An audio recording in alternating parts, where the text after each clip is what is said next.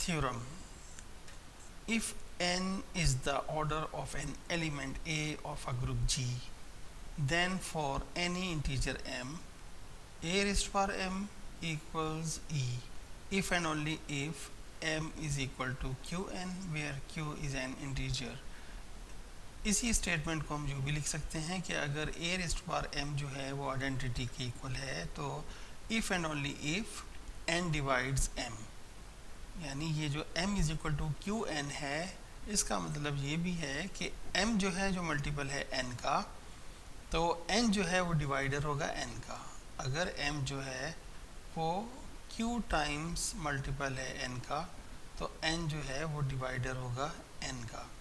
इसकी मिसाल आप यहाँ देख सकते हैं कि जैसे आप कहें कि 10 इज़ इक्वल टू 5 इंटू 2 है, तो अब देखें 10 है ये मल्टीपल है 2 का और 10 मल्टीपल है 5 का, कि 2 जो है वो 10 को डिवाइड करता है और 5 जो है वो भी 10 को डिवाइड करता है. तो अगर आप किसी नंबर को मल्टीपल की फॉर्म में लिख सकें, किसी दो नंबर्स के मल्टीपल की सूरत में लिख सकें, तो वो जो उसके फैक्टर होंगे वो एक्चुअली डिवाइडर होंगे उस नंबर के. तो यहाँ पर m is equal to q n का मतलब है कि n जो है ये डिवाइड करता है m को. तो इसी स्टेटमेंट को हमने इधर लिख लिया. आइए इसके सलूशन में पहले तो हम लिखते हैं और इसको समझते भी हैं.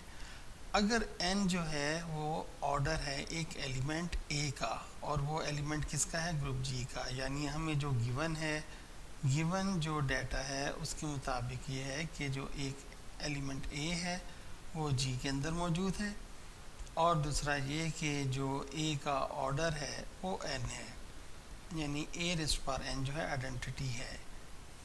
इसको हम 1 कह देते हैं. अब वो यहाँ पर जो स्टेटमेंट कह रहा है देन के बाद जो है वो हिस्सा हमें प्रूव करना होता है. जो इफ़ के बाद होता है वो हमें गिवन होता है, जो देन के बाद है वो प्रूव करना है किसी इंटीजर m के लिए.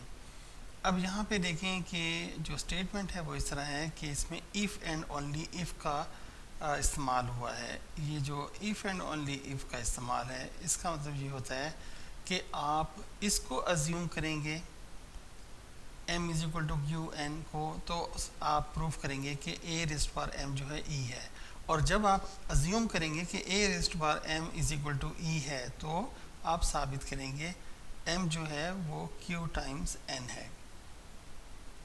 ठीक है, यानी कि अगर n m को डिवाइड करेगा तो a raise to power m जो है आइडेंटिटी होगा, और अगर a raise to power m is equal to identity होगा तो लाजमन n जो है जो ऑर्डर है एलिमेंट का वो m को डिवाइड करेगा. ठीक है, तो हम पहले इसको अज्यूम कर लेते हैं. पहले सपोज करते हैं कि a raise to power m जो है इज़ इक्वल टू ई है. ये हमारे पास दूसरी स्टेटमेंट आ गई. अब हमने शो ये करना है कि m जो है is equal to q n है. हमें ये बात पता है कि n जो है वो ऑर्डर है a का, और जो ऑर्डर होता है वो लीस्ट पॉजिटिव इंटीजर होता है, लीस्ट पॉजिटिव इंटीजर होता है.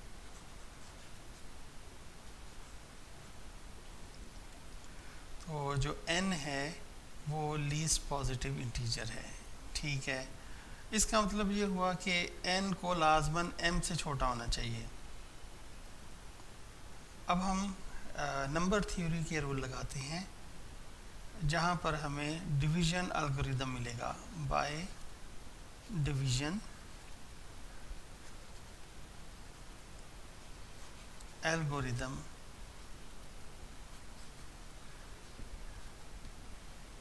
there exists two integers q and r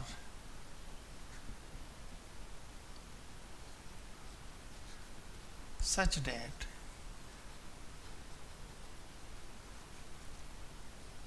m is equal to q n plus r, where जो r है वो ग्रेटर इक्वल टू 0 हो सकता है, लेकिन जो डिवाइडर n है उससे छोटा होगा.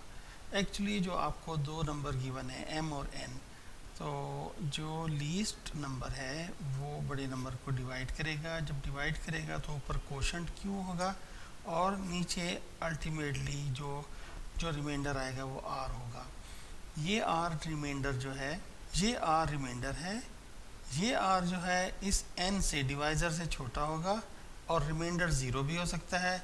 जब रिमाइंडर ज़ीरो होगा तो ये एन पूरा पूरा डिवाइड करेगा एम को, और जब ये पूरा पूरा डिवाइड नहीं कर रहा होगा तो रिमाइंडर जो होगा यहाँ कुछ बचेगा जो कि ज़ीरो नहीं होगा।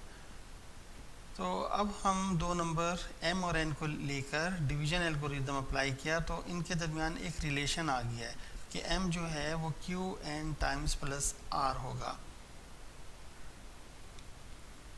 अब जो आपके पास इक्वेशन है 2, वहाँ आपके पास गिवन ये है कि a रेज़्ड पावर m जो है वो e के इक्वल है। तो अब आप यहाँ पर m की जगह, m की वैल्यू क्या है, क्यू एन प्लस आर, तो आप यहाँ पे क्यू एन प्लस आर लगा दें, यहाँ सब्स्टिट्यूट कर दें। अब आप देखें कि इसकी पावर्स है, आप इसको पावर्स को अलग अलग लिख सकते हैं जबकि बेस सेम होगी।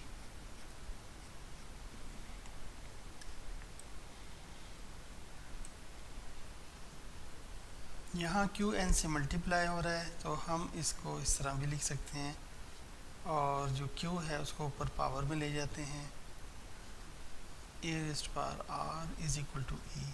अब आपको पता है कि ये हमें गिवन है कि ए का ऑर्डर जो है एन है, तो ये आइडेंटिटी आ जाएगा, तो यहाँ पे आइडेंटिटी आ जाता है, और ए रेज़्ड पावर एन की जगह आइडेंटिटी आ जाएगा, पावर क्यू वैसे ही आ जाएगी into a raised power R. और आपको पता है कि आइडेंटिटी की पावर जो मर्ज़ी लें उसने आइडेंटिटी ही रहना होता है, तो ये आइडेंटिटी ही आ जाएगा। और आपको ये भी पता है कि आइडेंटिटी किसी भी एलिमेंट से मल्टीप्लाई हो आंसर वही आता है, तो e times e raised power r, ये आपके पास आ जाएगा e रेज़्ड पावर r। अब यहाँ पे देखिए कि हमें r जो है ये शो कर रहा है कि ऑर्डर ऑफ a जो है वो तो r है, और r दूसरी तरफ आप देखें तो यहाँ हमने देखा था ये जो r है ये n से छोटा है, जबकि ऑर्डर में हमने ये कहा था एलिमेंट का ऑर्डर जो है वो लीस्ट होता है, लीस्ट पॉजिटिव इंटीजर होता है, जबकि यहाँ पे हमने देखा कि r n से भी छोटा है और वो भी ऑर्डर होने की कंडीशन को फुलफ़िल कर रहा है।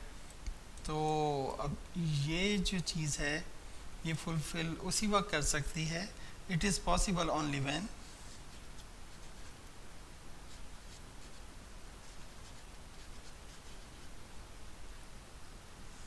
it is possible only when r should be equal to 0। r अगर ज़ीरो होगा तो फिर ये कंडीशन फुलफ़िल होगी, अदरवाइज़ r अगर a raised power r equal to identity है तो ये तो फिर कंट्राडिक्शन आ जाएगी, फिर n जो है वो ऑर्डर नहीं रहेगा, r ऑर्डर बन जाएगा, जबकि ऑर्डर जो है r नहीं है। तो हम फिर देखते हैं कि r की वैल्यूज़ या ज़ीरो के बराबर हो सकती है या ज़ीरो से बड़ी होगी और n से छोटी होगी। तो n से जो छोटी वैल्यू r के लिए सूट कर सकती है यहाँ पे इन सारी कंडीशन में, वो ये है कि r को ज़ीरो होना चाहिए। अब यहाँ से हमें पता चला कि जो हमने निकाला था m is equal to q n plus R, वहाँ r की वैल्यू ज़ीरो हो गई और आपके पास जो है m जो है वो क्यू एन आ गया।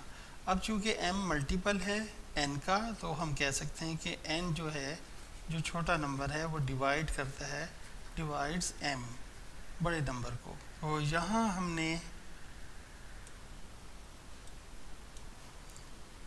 इस हिस्से को हमने सपोज किया था और इस हिस्से को प्रूव किया, यानी हमने इसको अज्यूम किया और इसको प्रूव किया। अब हम क्या करेंगे, इस हिस्से को, यानी ये जो हिस्सा है इसको हम अज्यूम करेंगे, सपोज करेंगे और हम इसको प्रूव करेंगे। ये टू वे कंडीशन है कि इसको सपोज करें तो आप इसको प्रूव करें, अगर इसको अज्यूम करें तो इसको प्रूव करें। अब हम इसको कन्वर्स लेते हैं। कन्वर्सली suppose that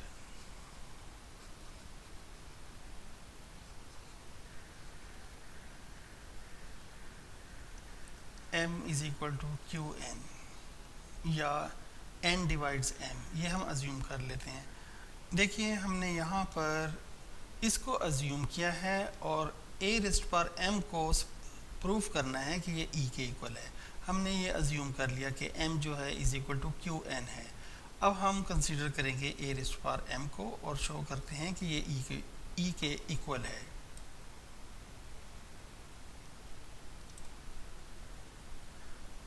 तो यहाँ कंसीडर करें a रेस्ट पर m को। यहाँ हम क्या करेंगे, m की वैल्यू पुट कर देते हैं। m की वैल्यू क्या है, क्यू एन, तो यहाँ हम क्यू एन पुट कर देते हैं और यहाँ पर हम a रेज़ पर n लिख लेते हैं और q को उससे ऊपर पावर बना देते हैं। बैकवर्ड जाएंगे तो क्यू एन से मल्टीप्लाई होगा और ये आ जाएगा। अब आप देखें कि हमें पता है कि ये ऑर्डर a का जो है वो है, तो यहाँ आइडेंटिटी आ जाएगी और आइडेंटिटी की पावर q, आइडेंटिटी की पावर जो भी लें वो आइडेंटिटी ही रहती है। तो अब आप देखें कि a रेज़ पावर m जो है वो e के इक्वल आ गया। यही प्रूफ करना था हमने, हैंस इट इज़ प्रूव्ड।